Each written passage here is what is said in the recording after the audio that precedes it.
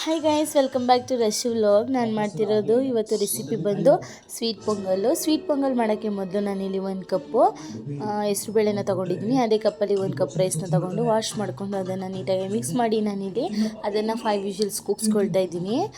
ಚೆನ್ನಾಗಿ ಅದು 5 ವಿಷಿಲ್ಸ್ ಕೂಗಿಸ್ಕೊಂಡ್ಮೇಲೆ ನಾನಿಲ್ಲಿ ಇನ್ನೊಂದು ಪಾತ್ರೆಗೆ ಸ್ವಲ್ಪ ಬೆಲ್ಲನ ಹಾಕಿ ನಾನಿಲ್ಲಿ ಕರಗಕ್ಕೆ ಇಟ್ಕೊಳ್ತಾ ಇದ್ದೀನಿ. ಚಚ್ಚಿ ಕೂಡ ಹಾಕ್ಬೋದು, ಹೆಂಗೆ ಇದ್ರೂ ಕರಗುತ್ತೆ ಅಂತ ಹೇಳಿ ನಾನು ಅದನ್ನು ಚಚ್ಚಿ ಹಾಕಿಲ್ಲ, ಬೇಗ ಕರಗುತ್ತೆ ಅಂತೇಳಿ 2 ಪೀಸ್ ಬೆಲ್ಲನ ಹಾಕ್ಕೊಂಡು ಚೆನ್ನಾಗಿ ಕುದಿಸ್ಕೊಳ್ತಾ ಇದ್ದೀನಿ.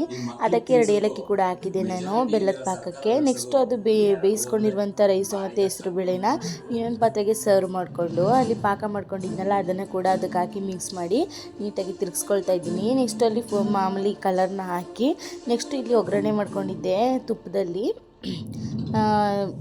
ತುಪ್ಪ, ದ್ರಾಕ್ಷಿ, ಗೋಡಂಬಿ ಇದನ್ನೆಲ್ಲ ಹಾಕಿ ಒಗ್ಗರಣೆ ಮಾಡ್ಕೊಂಡು ಅದಕ್ಕೆ ಸೇರಿಸ್ಕೊಳ್ತಾ ಇದ್ದೀನಿ. ಸೇರಿಸ್ಕೊಂಡು ನೆಕ್ಸ್ಟ್ ನಾನು ಅದಕ್ಕೆ ತುರಿದಿರುವಂಥ ಕಾಯಿ ಹಾಕ್ತಾಯಿದ್ದೀನಿ. ಇಷ್ಟೇ ಮಾಡಿದರೆ ಟೇಸ್ಟಿಯಾಗಿರುವಂಥ ದೇವಸ್ಥಾನದಲ್ಲಿ ಮಾಡೋ ಥರನೇ ಸ್ವೀಟ್ ಪೊಂಗಲ್ ರೆಡಿ ಆಗುತ್ತೆ. ಒಂದ್ಸಲ ಟ್ರೈ ಮಾಡಿ ಯಾವ ರೀತಿ ಬಂತು ಅಂತ ನನಗೆ ಕಾಮೆಂಟ್ ಸೆಕ್ಷನಲ್ಲಿ ತಿಳಿಸಿ.